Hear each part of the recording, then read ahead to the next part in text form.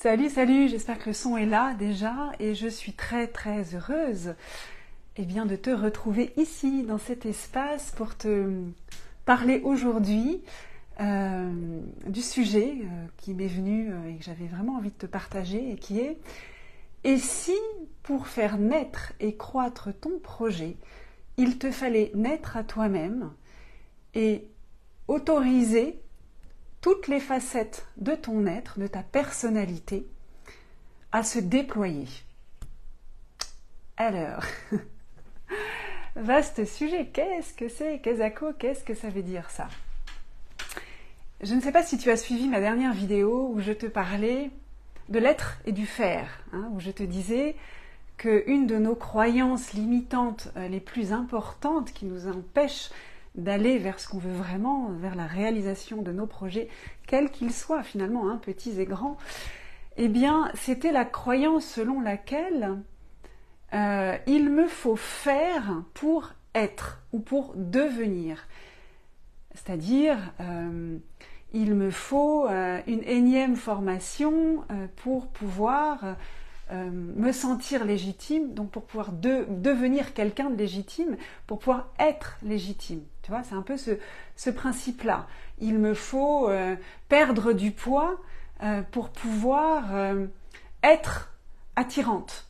Tu vois, il me faut perdre du poids pour pouvoir m'aimer. Et bien, en fait, je suis déjà en amour pour moi, et si je suis déjà en amour pour moi, si j'ai déjà intégré cette facette pleinement aimante de mon être, eh bien, je n'aurai pas de problème pour perdre du poids, pour arriver à ce que je veux vraiment, en fait, parce que je le suis déjà. Tu vois, c'est vraiment l'idée que la pensée précède toujours l'action et la manifestation. Bon, je ne vais pas revenir dessus. Si tu le souhaites, tu peux aller regarder ma vidéo précédente. Dans tous les cas, pour ce qui nous concerne aujourd'hui, ce qui se passe donc, c'est que à l'intérieur de moi, eh bien, il y a une partie de moi qui pense ne pas être la personne que je souhaite être. Et donc, quelque part, alors non seulement elle pense qu'elle ne l'est pas, mais en plus, bien souvent, elle a peur de l'être, ou elle ne veut pas l'être parce que elle a intégré que c'était pas bien, que c'était moche, etc. Alors tu me diras, oui mais non, moi j'ai un projet, je ne sais pas, j'ai un projet de cœur et une fois qu'il sera réalisé, ça fera de moi une personne de cœur, donc moi c'est ce que je veux.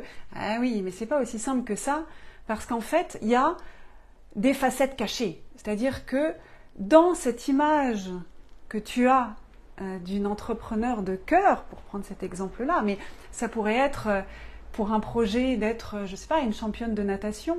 Dans ce projet d'être finalement cette championne de natation, bien évidemment, tu as envie d'être la championne de natation, mais peut-être que dans cette image que tu as, si tu veux, de la championne de natation, il y a peut-être celle qui écrase tout le monde, donc on va dire l'égoïste. Il y a peut-être celle qui est une guerrière, donc qui est très forte, alors que peut-être que toi, au fond de toi, t'as pas l'impression d'être une guerrière. Peut-être qu'il y a une facette qui est masculine, alors que toi, t'as pas envie d'être masculine, tu vois. Donc il y a à l'intérieur de nous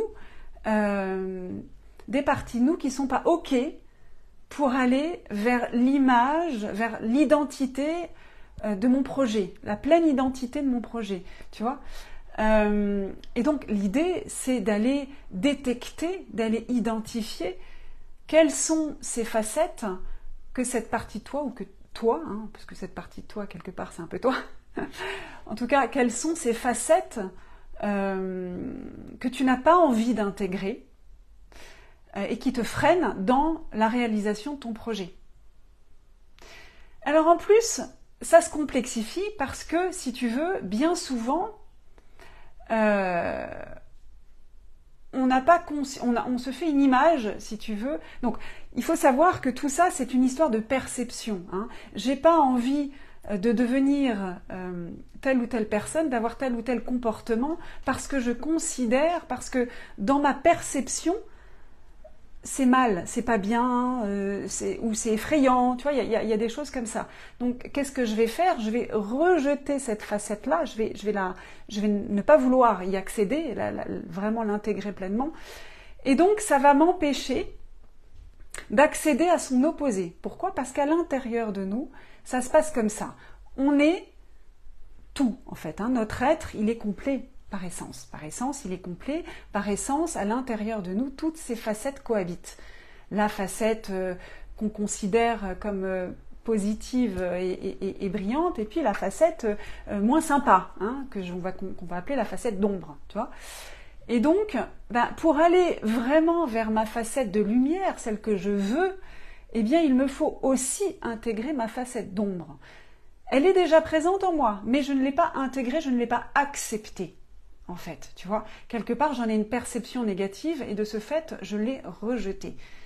Donc, l'idée, eh bien, pour accéder à ce que je veux vraiment, à la réalisation, la matérialisation, la manifestation de mon projet, eh bien, c'est d'abord d'être pleinement et complètement, tu vois, d'incarner pleinement et complètement toutes les facettes de la personne que je serai quand j'aurai atteint ce projet. Enfin, ça, que je crois que je saurai, que je serai quand j'aurai réalisé mon projet.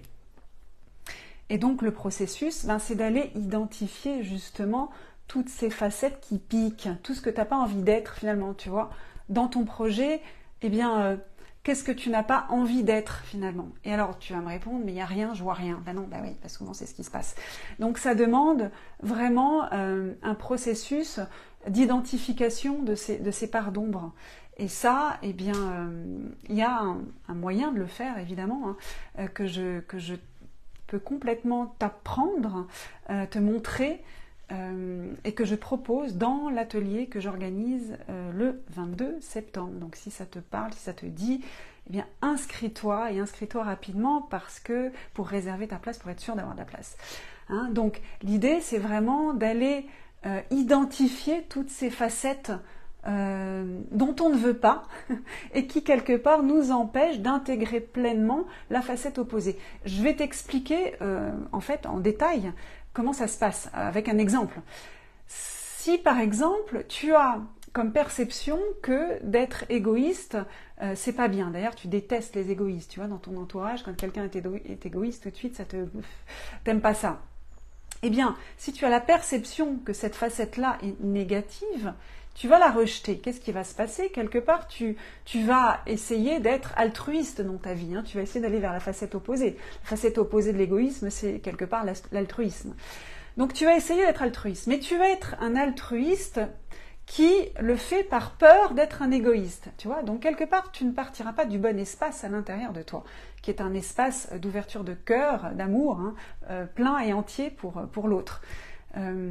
Donc, tu vois, c'est cet équilibre-là qu'il est nécessaire d'investir et donc aller réintégrer cette facette d'égoïste en allant la nettoyer, la dépolluer, faire en sorte que tu n'en aies plus cette perception négative, parce que finalement, ça n'est qu'une perception, il n'y a rien qui est bien, qui est mal. Hein. Être égoïste, eh bien, ça peut être utile dans certaines situations.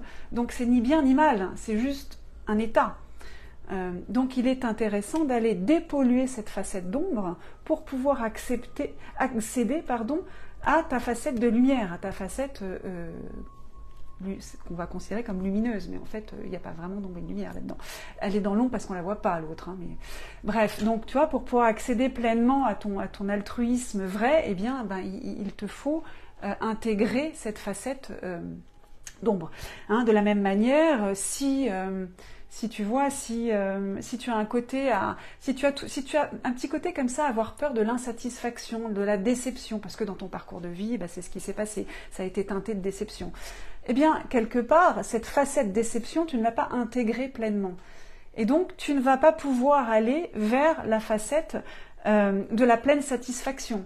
Pourquoi? Parce qu'elle sera toujours teintée de la peur d'être insatisfait, tu vois. Donc cette facette d'insatisfaction qui n'est pas intégrée va faire que tu ne pourras pas aller pleinement et complètement vers la facette de la satisfaction, etc.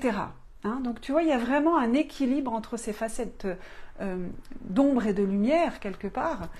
Et donc pour pouvoir être la personne que tu veux vraiment être, et donc par ce biais-là faire ce que tu as envie de faire, il te faut aller regarder toutes les facettes que tu as rejetées, que tu ne veux pas être. Et par conséquent, pouvoir, tu vois, réintégrer pleinement toutes ces facettes qui te sont utiles pour devenir, en tout cas pour, pas devenir parce que tu l'es déjà, mais pour incarner cette personne que tu veux vraiment être, quel que soit ton projet. Voilà. J'espère que cette vidéo t'aura éclairé. Je te redis que je serai ravie de t'accueillir dans l'atelier alchimique qui a lieu le vendredi 22, donc c'est la semaine prochaine, ça arrive très vite. Réserve ta place, tu vas voir, c'est voilà, un atelier ultra ludique où je suis là pour t'accompagner. Il y a aussi l'effet groupe, hein, donc l'effet groupe c'est très, c'est porteur, hein, quelque part on démultiplie les effets, je dirais. Et puis tu vas surtout et aussi, hein, non seulement avoir des transformations sur le champ, dans l'atelier, mais aussi intégrer ce process qui va te permettre vraiment d'aller vers ce que tu veux vraiment. Donc je te dis à très vite et j'espère que cette vidéo t'aura été utile. À bientôt.